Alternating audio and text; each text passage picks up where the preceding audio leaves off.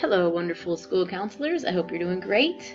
I wanted to share this quick, easy tutorial with those that might be interested in using learning stations as a school counselor. So maybe you've been asked or told to teach a special and you're kind of freaking out. It's totally understandable, but hopefully after watching this, you'll have some ideas to make this new adventure easier, more fun, and maybe even a little exciting. So let's go ahead and talk about some of the things that I did that really seemed to help me when I was on the specialist schedule. Let's first look at the big picture. The way that I had set up my lessons is that I would do whole group mini lesson for the first usually about 10 to 20 minutes of our time together, and then we would transition into learning stations or centers for the remaining time. And just to kind of let you know, I use the terms learning stations and centers interchangeably.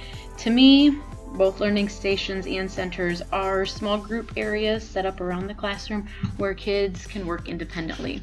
So hopefully that kind of helps you get a better picture of what I mean when I use those terms. Okay, so let's look at some of the details. All right, so how did I make this work? Well, I would have a bowl with these really cool number chips with me at the door when kids came in. As they walked in, I would greet them and they would pick one of the chips from the bowl, and then they would proceed to that corresponding seat number. So for example, if they picked chip number 3, then they would go over to the table with the number 3 on it. Once they were seated, I would then have a helper quickly and quietly pick up the chips from everyone, and then I would be starting the mini lesson. That would be their seat for the day, at least during their mini lesson. We'll talk about how we transitioned into our stations in just a moment. I believe that making the mini lessons easy to implement helped me out in a lot of ways, especially because I was teaching a lot of classes. So I wanted to be able to maintain my sanity on this new adventure. So I'll share some examples and resources for mini lessons on a later slide, but on the topic of keeping things simple, I also chose to create K2 lessons and 3 through 5 lessons only. So basically, all kindergarten, first, and second grade had the same lesson for that week, and then I had a different lesson for all of third, fourth, and fifth grade, instead of creating a different lesson for every single grade level. To me, that really helped me. Okay, so once my short mini lesson was done and over with, we would transition into centers. I did this by reviewing what our station or center options were. They were also listed on the board, similar to what you see here. I would then use that same bowl of number chips that were collected by my helper, draw on a number, and then let the child that was seated at that seat number choose what center they wanted to go to. This made the process simple, fair, and it discouraged any number chips from magically going missing, because we all know how much we love those number chips. As the students walked over to their chosen station, I would mark a tally on the board for that station, which is what you see right here. This let the students know which stations were full. My max number for stations was 6. So once the station had 6 tally marks, like this one right here, you would see that the creation station would be full. Then students knew that that station was full and that they would need to pick a different station. Another thing I did is I would have students stand next to their chosen station until everyone had picked their station. This helped to avoid things like overcrowding in certain spaces and kept things much more simple.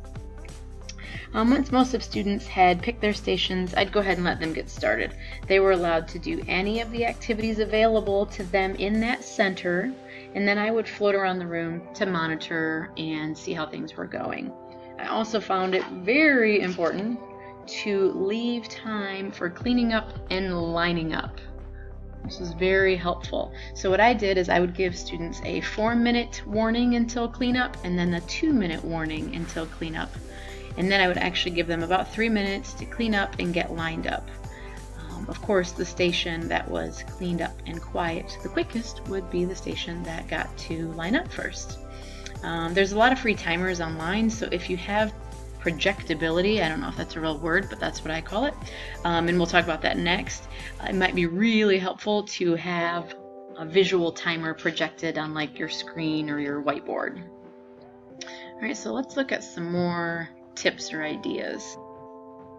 So just to clarify, the tables that students are sitting at during your mini lesson also function as your stations. I had set up tables in group or station format, and that is where students sat during the mini lesson. So it's not that there's two separate areas in the classroom that you're using, it's the classroom as a whole, but it's functioning or serving two different purposes. Hopefully that makes sense. Another thing that I found really helpful was to have station tubs or baskets set up and ready on a shelf near that station. The tubs and baskets would have all the materials that station needs, and kids can easily be taught to grab the tubs and bring them to that station when the time is right. Here's an example. So these might be the tubs or baskets for the creation station. So these would all be sitting on a shelf next to the creation station or somewhere nearby that kids can easily access them. I also love to have a bell to stop the class and point out something.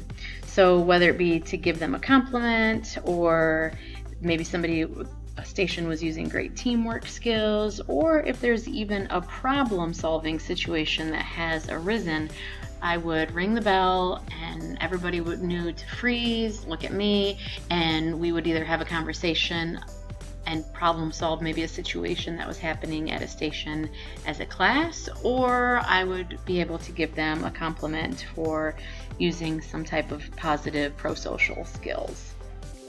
I loved it because I thought it was a great way to provide the class with feedback as well as opportunity to practice lots of different skills. One other thing that I thought was helpful was having projectability, and that's basically just being able to project something onto the screen or whiteboard. This was super duper helpful for me. I used a lot of online resources or would use like bibliotherapy books, and it made it so much easier to have a document cam or your laptop connection to be able to project it on the quote-unquote big screen. Your technology person at your school would probably be super helpful in this area. The behavior management strategy that worked really well for me was first and foremost PBIS, because I love it. I love being able to point out and award the positives, but I also did have consequences in place. I used kind of a 3-strike model. So on a clipboard, I'd keep a laminated piece of paper with all the seat numbers listed on it, and then I'd use a dry erase marker to put a strike or a tally next to the student's seat number if they were maybe making poor choices. If they got to 3 tallies, then they had to go to the reflection table and do a reflection sheet instead of getting to go to a station.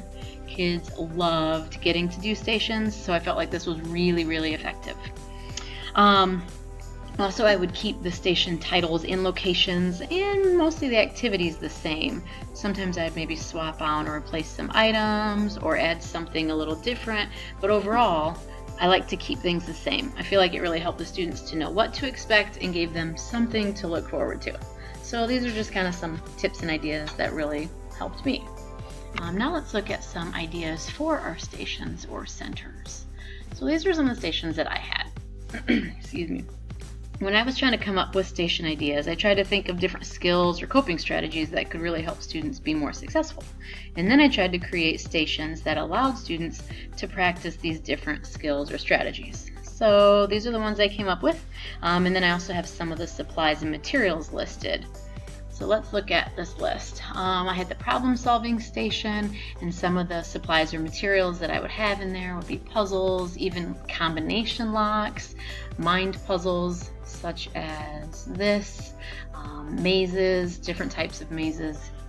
You'll be amazed at what you can find at Target, Walmart, Amazon, definitely, and be sure to check the Dollar Tree first. They have a lot of cool different things.